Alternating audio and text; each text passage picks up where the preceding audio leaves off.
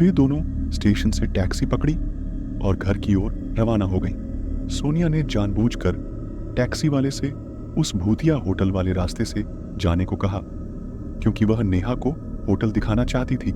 चलते चलते वे उस जगह पहुंचे जहां वह होटल था। सोनिया ने नेहा के कान में कहा, यह वही होटल है जिसके बारे में मैंने तुझे बताया था। सोनिया के ऐसा कहते ही वह अचानक दर्द से कराह उठी। क्या हुआ? नेहा ने पूछा। पता नहीं यार, सुबह से मेरा कंधा दर्द कर रहा है, सोनिया ने जवाब दिया। 1 मिनट, मुझे देखने दे, नेहा ने कहा। जब नेहा ने सोनिया की शर्ट कंधे से नीचे की तो उसने देखा कि सोनिया के कंधे से खून निकल रहा है। यह तो खून निकल रहा है तुम्हारे कंधे से, नेहा ने चौंकते हुए कहा। क्या? सोनिया ने कहा। सोनिया ने जब अपना कंधा देखा तो सच में वहां खून निकल रहा था। यह कैसे हुआ? सोनिया ने चकित होकर पूछा। कोई बात नहीं, नेहा ने कहा। उसने अपना रुमाल निकालकर सोनिया के कंधे पर रख दिया। घबराना मत, घर जाकर बैंडेज लगा दूंगी, नेहा ने कहा। सोनिया ने रुमाल कंधे पर रखा और टी-शर्ट से ढक लिया, लेकिन उसने जब गले पर हाथ लगाया तो उसका लॉकेट गायब था। मेरा लॉकेट, सोनिया ने घबराते हुए कहा। क्या? कौन सा लॉकेट? नेहा ने पूछा। कुछ नहीं, सोनिया ने कहा। कुछ ही देर बाद वे घर पहुंच गए। नेहा सोनिया के माँ बाप से मिली और फिर सोनिया उसे अपने कमरे में ले गई। सोनिया का कंधा बहुत दर्द कर रहा था। नेहा फ्रेश होने के लिए बाथरूम चली गई और सोनिया आईने के सामने खड़ी होकर कंधे से शर्ट को नीचे किया। उसने देखा कि बहुत सारा खून बह चुका था। फिर उसने रुमाल हटाया और खून साफ करने लगी। नेहा भी सोनिया के पास आ गई और उसके हाथ से रुमाल लेकर खून साफ करने लगी। तभी नेहा ने नोटिस किया कि सोनिया के कंधे पर कुछ बना हुआ है। यह घाव कैसे हुआ? नेहा ने पूछा। पता नहीं यार, सुबह से कंधे में दर्द हो रहा था। पहले मैंने इतना ध्यान नहीं दिया, मगर बाद में दर्द बढ़ने लगा, सोनिया ने कहा। सच कह रही हो? नेहा ने पूछा। क्यों, क्या हुआ? सोनिया ने पूछा। नेहा ने उसके घाव को ध्यान से देखते हुए कहा। तुम्हें यह घाव लग रहा है या कुछ और? मतलब? सोनिया ने पूछा। ध्यान से देख, ऐसा लग रहा है कि यह घाव किसी ने जानबूझकर किया है, नेहा ने कहा। सोनिया ने अपना कंधा देखते हुए कहा। अरे हाँ, मगर ऐसा कैसे हो सकता है? सोनिया रोते हुए बोली। मुझे आना ही नहीं चाहिए था यहाँ ना आती तो यह सब ना होता, नेहा ने उसे चुप कराते हुए कहा। ऐसे कैसे नहीं आना चाहिए था? रुक, मैं बैंडेज लगा देती हूँ। इतना कहकर नेहा बक्से से बैंडेज निकालने लगी और सोनिया के घाव पर बैंडेज लगा दी। ले, अब ठीक है तू? नेहा ने पूछा। ठीक हूँ, सोनिया ने कहा। चल, अब मुझे आराम करने दे, नेहा ने कहा। इतना कहकर वह दूसरे बेड पर लेटने लगी थी कि अचानक उनके कमरे का दरवाजा किसी ने खटखटाया। कौन हो सकता है? सोनिया ने कहा। इतना कहकर वह दरवाजा खोलने गई। जब उसने दरवाजा खोला तो वहां कोई नहीं था। उसने आसपास देखा। कमाल है, यहां तो कोई नहीं है, सोनिया ने कहा। वह जैसे ही वापस अपने कमरे में आई तो वह एकदम हैरान रह गई। उसने कमरे में नेहा को नहीं पाया। उसने देखा कि वह खुद को देख रही थी, जैसे सुबह नेहा से कॉल पर बात कर रही थी। उसे घबराहट तब हुई जब उसने होटल वाली लड़की को चाकू से अपने कंधे पर काटते हुए देखा। सोनिया खुद को अतीत में देख रही थी। यह सब देखकर वह जम सी गई। तभी उसके कान में नेहा की आवाज आई। नेहा ने सोनिया को हिलाते हुए कहा, सोनिया, सोनिया क्या हुआ? अचानक से सोनिया होश में आई और उसकी नाक से खून बह रहा था। क्या हुआ तुझे? नेहा ने पूछा। सोनिया कांपते हुए बोली, ये सब उसी ने किया है। किसने? क्या कर दिया? नेहा ने पूछा। सोनिया आंख बंद करके सांस लेते हुए बोली, वह यहां आई थी। कौन? नेहा ने पूछा। मुझे नहीं पता वह कौन है, मगर वह यहां आई थी, सोनिया ने कहा।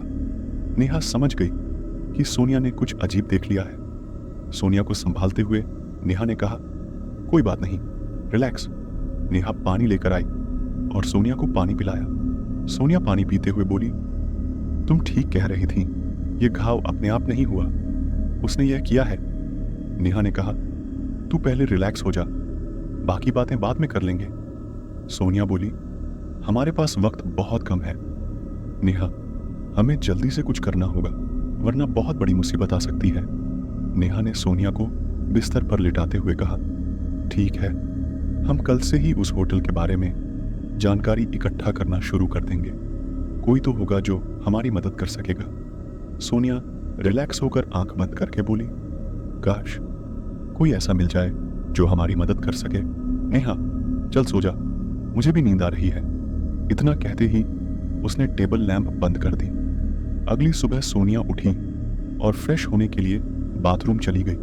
जब वह ब्रश कर रही थी तो उसकी नज़र सिंक के नीचे पड़ी।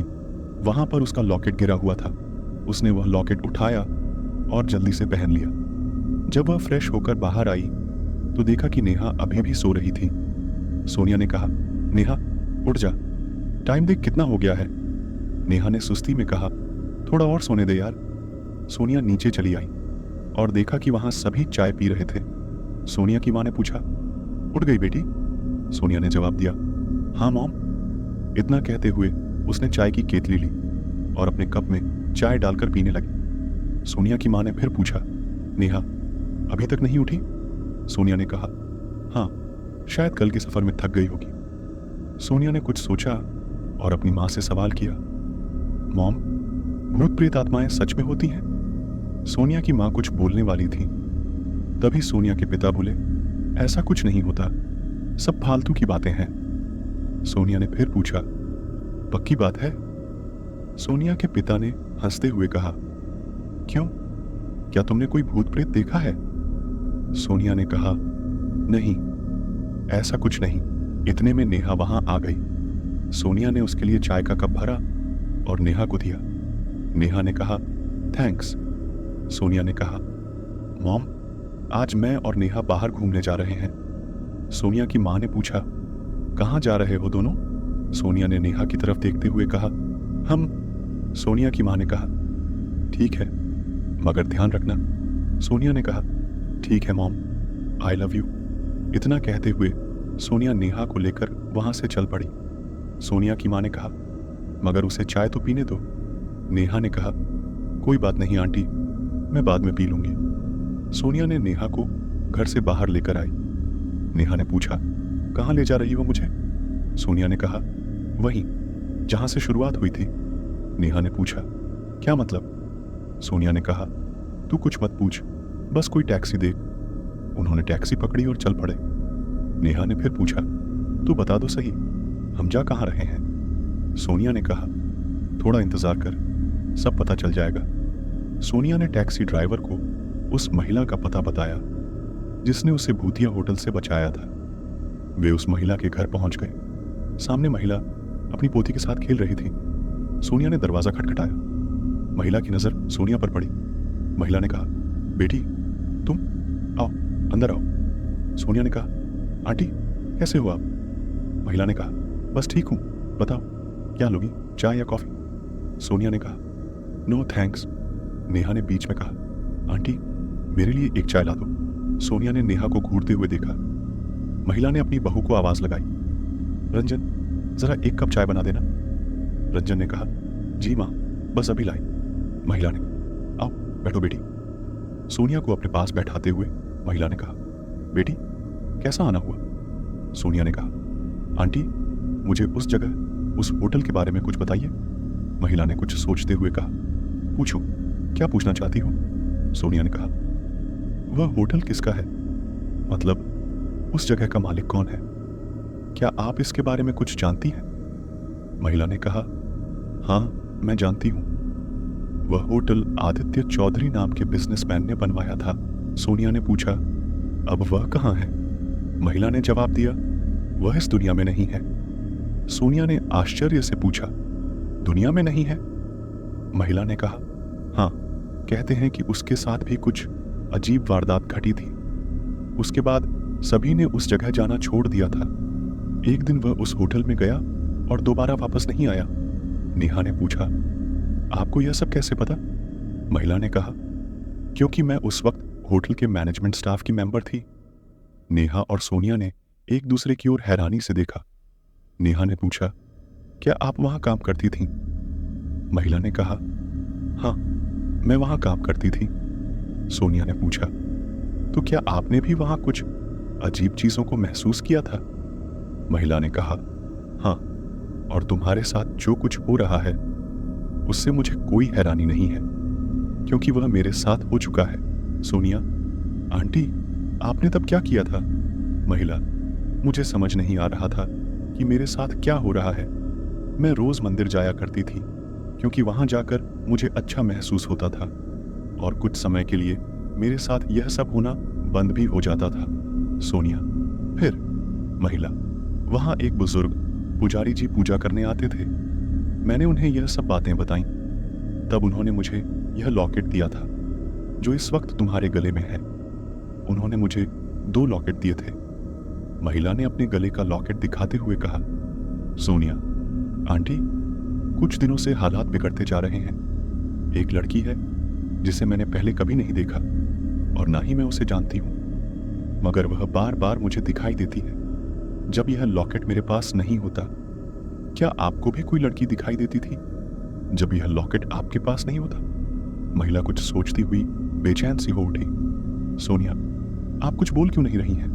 महिला चुपचाप बैठी रही। इतने में महिला की बहू रंजन नेहा के लिए चाय ले आई। नेहा ने कप पकड़ा और चाय पीने लगी। महिला, हाँ, मुझे भी वह लड़की दिखाई देती थी। सोनिया, क्या आप उसे जानती हैं? महिला, नहीं। सोनिया, आंटी, जो आपके और मेरे साथ हुआ वह कल किसी और के साथ भी हो सकता है। महिला, हाँ, हो सकता है। सोनिया, तो क्या इसे रोका नहीं जा सकता? महिला, रोका जा सकता है, मगर जब तक यह न पता चल जाए कि वह लड़की कौन है और वहां क्या हुआ था। सोनिया और नेहा एक दूसरे की ओर देखते हो। सोनिया, ठीक है आंटी, हम चलते हैं। महिला, रुक जाओ, खाना खाकर चली जाना।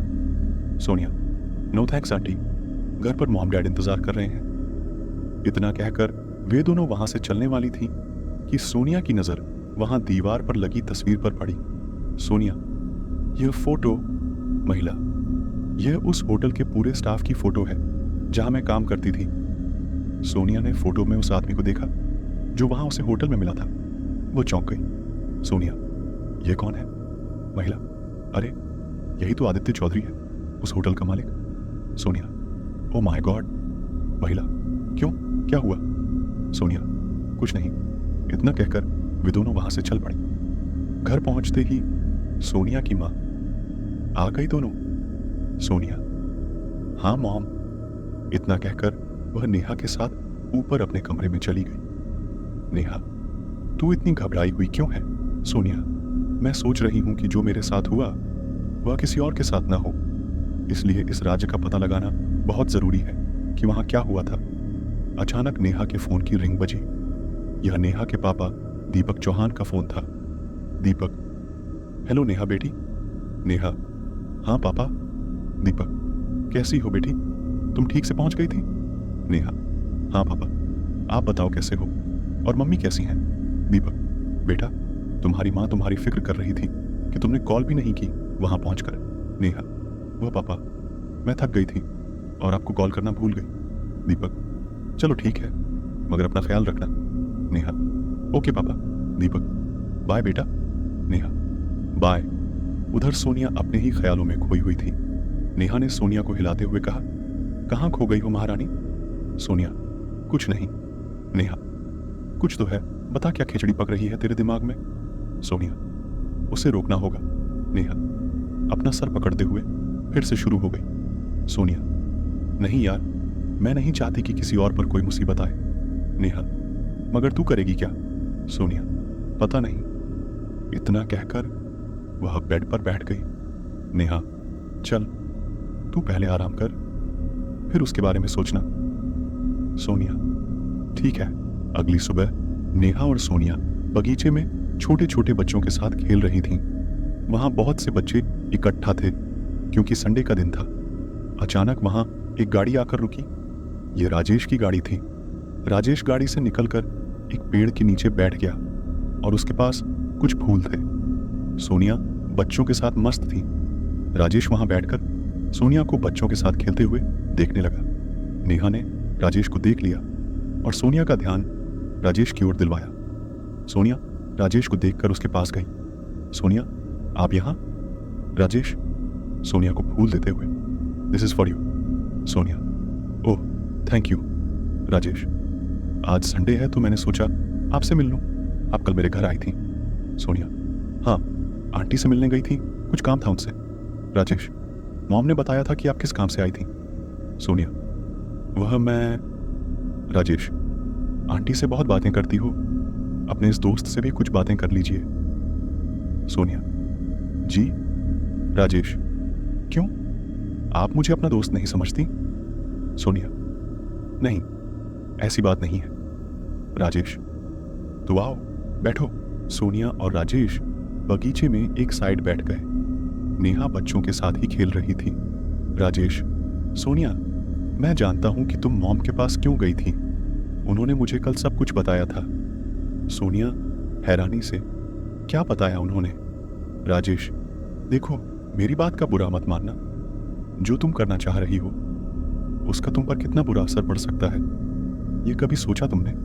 सोनिया, अगर हम यह सब किसी तरह बंद करवा दें तो कितनी जानें बच सकती हैं, ये कभी सोचा आपने? राजेश कुछ पल के लिए चुप हो गया और लंबी सांस लेते हुए बोला, राजेश, देखो, मुझे नहीं पता कि तुम्हें मेरी बात अच्छी लगेगी या नहीं, मगर मैं नहीं चाहता कि तुम्हें कुछ हो। सोनिया राजेश की ओर देखते हुए, आपको हमारी कब से फिक्र होने लगी? राजेश मुस्कुराते हुए, जब से आपको देखा है। सोनिया सर नीचे कर मुस्कुराते हुए। इतने में वह फुटबॉल उनके पास आई जिससे नेहा उन बच्चों के साथ खेल रही थी। Neha, Sonia please ball pass करो ना। सोनिया ने बॉल उठाई और नेहा की तरफ फेंकी। फिर वह राजेश की ओर मुड़ी और बोली, सोनिया, अगर तुम यही चाहती हो तो मैं तुम्हारी मदद कर सकता हूं। सोनिया राजेश की ओर देखती हुई, वह कैसे? राजेश, चलो मेरे साथ। सोनिया, कहाँ? राजेश, चलो तो सही। सोनिया ने नेहा को आवाज लगाई और तीनों गाड़ी के पास गए। नेहा, हम कहाँ जा रहे हैं? राजेश, इंतजार करो, पता चल जाएगा। वह तीनों गाड़ी में बैठे और वहां से चल पड़े। रास्ते में एक बार सोनिया ने फिर पूछा, सोनिया, आप बताएंगे कि हम कहाँ जा रहे हैं? राजेश, प्रोफेसर कबीर कुलकर्णी के पास। सोनिया, कबीर कुलकर्णी? राजेश ड्राइव करते हुए, हाँ, कुलकर्णी जी इन चीज़ों के माहिर हैं जो तुम्हारे साथ हो रही हैं। उन्होंने बहुत से ऐसे केस हल किए हैं, शायद वह हमारी कुछ मदद कर सकें। सोनिया, आप उन्हें कैसे जानते हो? राजेश, जब मॉम के साथ यह घटनाएं हो रही थीं तो मेरे एक दोस्त ने उनके बारे में मुझे बताया था। मैंने मॉम से बात की थी इस बारे में। सोनिया, आपकी मॉम ने क्या कहा था? राजेश, कुछ नहीं, शायद हो सकता है उनके मन में डर बैठ गया था इसलिए। सोनिया, आपको लगता है कि वह हमारी मदद करेंगे? राजेश, उम्मीद तो है, इसलिए तो आपको वहां लेकर जा रहा हूं। वह बातें करते करते प्रोफेसर कबीर कुलकर्णी के घर पहुंचे। राजेश ने दरवाजा नॉक किया तो घर में से उनके नौकर ने दरवाजा खोला। राजेश, क्या प्रोफेसर साहब घर पर हैं? नौकर, जी, वह घर पर ही हैं। राजेश, हमें उनसे जरूरी काम था, क्या हम अंदर आ सकते हैं? नौकर, जी, आए। वह उन्हें एक कमरे में ले गया। सोनिया ने देखा कि वह कमरा किताबों से भरा हुआ था। नेहा मजाक करते हुए, यह कोई कमरा है या लाइब्रेरी? सोनिया, चुप हो जा। सोनिया वहां पड़ी हुई किताबें देखने लगी। कुछ किताबें ऐसी थीं जिनकी भाषा कुछ अलग थी, मतलब कि सोनिया ने वैसी भाषा पहले कभी नहीं पढ़ी या लिखी हुई देखी थी। उसने एक किताब उठाई और उसे खोल कर देखने लगी। तभी पीछे से आवाज आई, कौन हो तुम लोग? सोनिया, राजेश और नेहा ने पीछे मुड़कर देखा तो 50-55 साल का एक लंबा चौड़ा आदमी खड़ा था। राजेश, हेलो सर, मेरा नाम राजेश है और ये दोनों मेरी दोस्त सोनिया और नेहा हैं। प्रोफेसर कुलकर्णी ने उन तीनों की ओर देखा और बोले, कुलकर्णी, बताओ मैं क्या मदद कर सकता हूं? राजेश ने प्रोफेसर कुलकर्णी को सारी बात बताई। प्रोफेसर कुलकर्णी सोनिया से बोले, क्या मैं वह निशान देख सकता हूं जो आपके कंधे पर है? सोनिया ने अपने कंधे पर बना हुआ निशान दिखाया। कुलकर्णी ने वह निशान देखा और थोड़ा सोचने लगे। प्रोफेसर कुलकर्णी, यह कोई आम निशान नहीं है। सोनिया, मतलब? कुलकर्णी, यह किसी आत्मा ने तुमसे बात करने की कोशिश की है। सोनिया और नेहा एक दूसरे की ओर देखने लगी। सोनिया, क्या बात करने की कोशिश की उसने? प्रोफेसर, बताता हूं। इतना बोलकर वह एक कमरे में गए और एक किताब ले आए और उसे खोलते हुए बोले, प्रोफेसर, आपके कंधे में जो निशान है वह यह है। सोनिया, नेहा और राजेश ने वह निशान देखा जो बिल्कुल वैसा ही था जैसा सोनिया के कंधे पर बना हुआ था। सोनिया, पर सर, इसका मतलब क्या है? प्रोफेसर ने सोनिया की ओर देखा और बोले, प्रोफेसर, इसका मतलब है शापित। सोनिया, शापित? प्रोफेसर, हाँ, शापित। आप एक ऐसी जगह पर गई थी जो शापित है। यह जो घटनाएं आपके साथ हो रही हैं वह इसी के कारण हो रही हैं। सोनिया, मतलब कि मेरा शक सही था। नेहा, तो क्या इस श्राप से बचा नहीं जा सकता? क्या इसका कोई सॉल्यूशन होगा?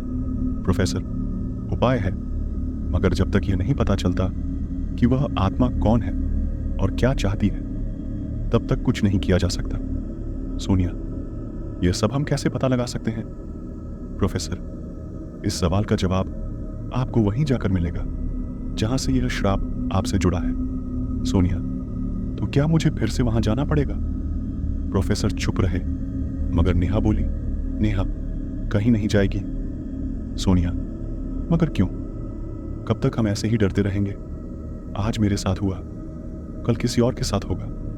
नेहा, मुझे कुछ नहीं सुनना, तू बस घर चल अभी। सोनिया, मगर? नेहा सोनिया को लेकर वहां से जा ही रही थी कि कुलकर्णी ने कहा, कुलकर्णी, आप कहीं भी चले जाओ, इससे कोई फर्क नहीं पड़ेगा।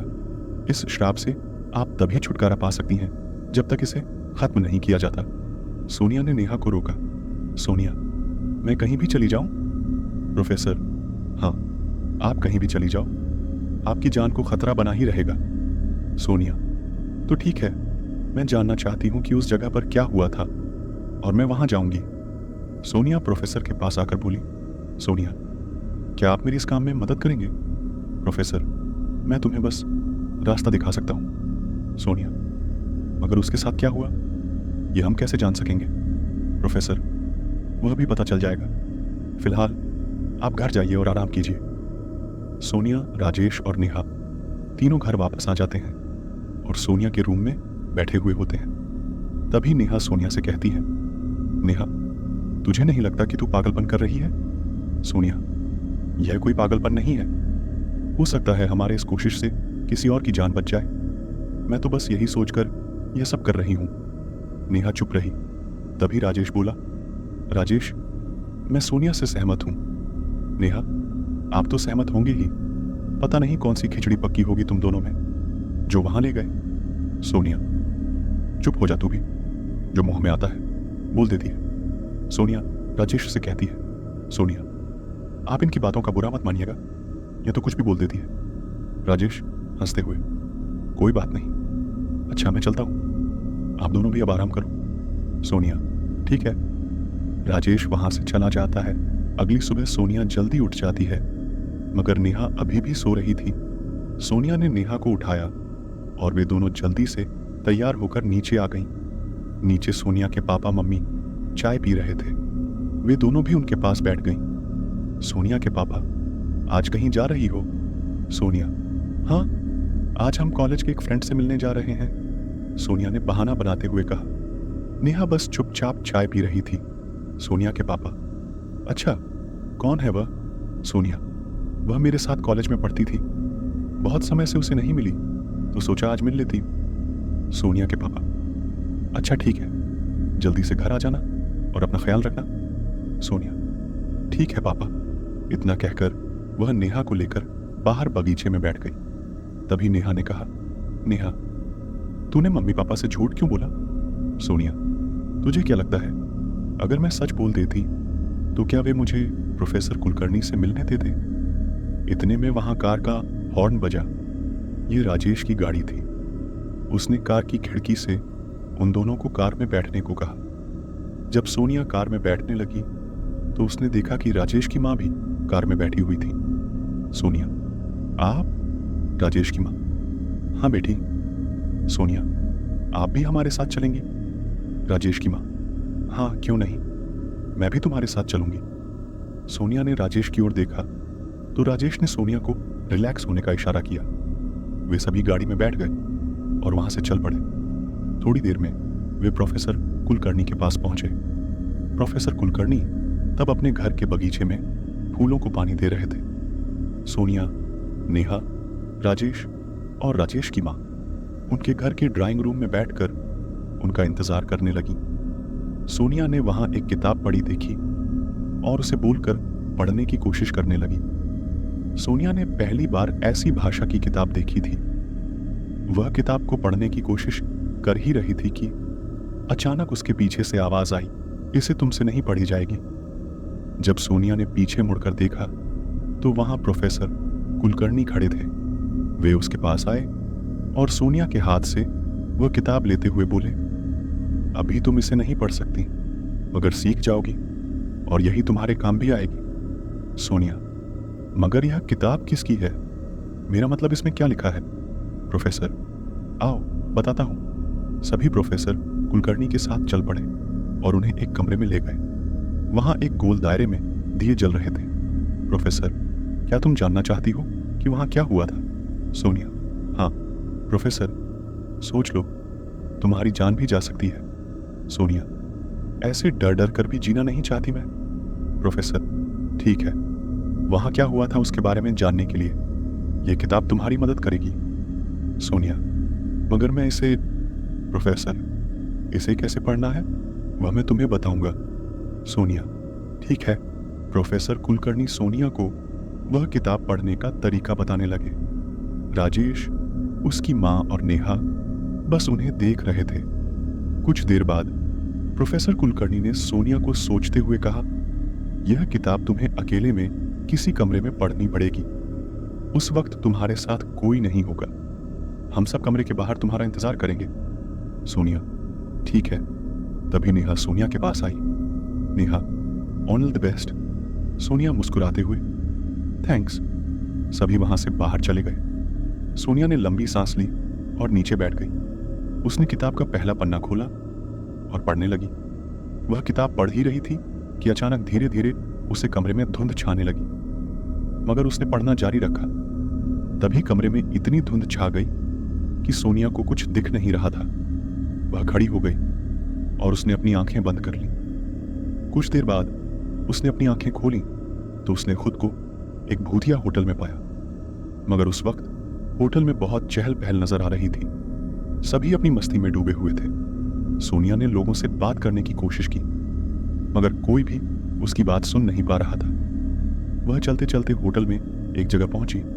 वहां एक कैलेंडर लगा हुआ था, मगर हैरानी की बात यह थी कि यह 30 साल पुराना था।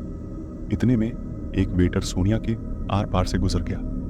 वह हैरान थी कि यह क्या हो रहा है। चलते चलते उसे राजेश की मां दिखाई दी, मगर वह बुजुर्ग न होकर जवान दिखाई दे रही थी। तब उसे एहसास हुआ कि उसकी आत्मा अतीत में आ चुकी है। वहां एक जगह कुछ लोग बैठे हुए थे। सोनिया वहां उन लोगों के पास जाती है और देखती है कि यह तो नेहा के पापा दीपक चौहान थे, मगर वह एक बूढ़े आदमी को कुछ बोल रहे थे। सोनिया थोड़ा और पास जाती है तो वह हैरान हो जाती है। उसे बुजुर्ग आदमी के पास वही लड़की खड़ी दिखी जो उसे बार बार दिखाई देती थी। नेहा के पापा उस लड़की के साथ कुछ अजीब बर्ताव कर रहे थे। तभी दीपक चौहान ने उस बुजुर्ग आदमी से कहा, दीपक, मुझे तेरी लड़की बहुत पसंद है, बस एक रात के लिए मेरे पास छोड़ दे इसे। तभी वह बुजुर्ग आदमी दीपक पर जोर से चिल्लाता है और वह लड़की भी रो रही थी, मगर दीपक उन दोनों पर हंस रहा था। सोनिया को यह सब बहुत अजीब लगा, क्योंकि उसने दीपक चौहान का ऐसा चेहरा पहली बार देखा था। तभी सोनिया के कान में आवाज आई, सोनिया, क्या हुआ? तू ठीक तो है? अचानक सोनिया की आंख खुल गई। उसने देखा कि वह वहां बैठी हुई थी और उसके आसपास नेहा, राजेश और उसकी मां बैठे हुए थे। प्रोफेसर कुलकर्णी वहां कमरे की खिड़की के पास खड़े थे।